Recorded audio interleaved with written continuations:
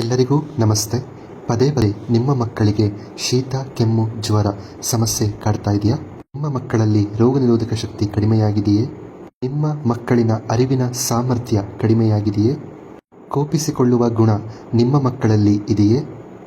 ಭಾವನೆಗಳು ಬದಲಾಗುವುದನ್ನು ನಿಮ್ಮ ಮಕ್ಕಳಲ್ಲಿ ಗಮನಿಸಿದ್ದೀರಾ? ನಿಮ್ಮ ಮಗುವಿನ ನೆನಪಿನ ಶಕ್ತಿ ಕಡಿಮೆಯಾಗಿದೆಯೇ?